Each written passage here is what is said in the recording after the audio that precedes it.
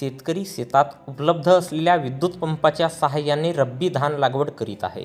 मात्र मागील काही दिवसांपासून विद्युत पुरवठा हा दिवसाला फक्त 8 तास करण्याचे आदेश शासनाने दिले आहे.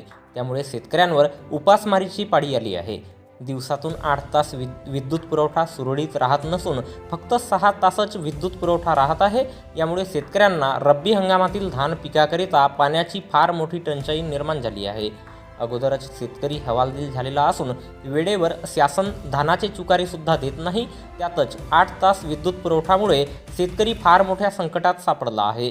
शासनाने शेतीकरिता दररोज 12 तास विद्युत पुरवठा करण्यात यावा, याकरिता दिनांक 12 फेब्रुवारी रोजी मोहाडी, कमरगाव, बाभणी, चोपा, मोहगाव, दिल्ली येथील सरपंच आणि शेतकऱ्यांनी वीज वितरण कंपनी रामनगर गोंदियाचे कार्यकारी अभियंता आनंद जैन यांना निवेदन देण्यात आले.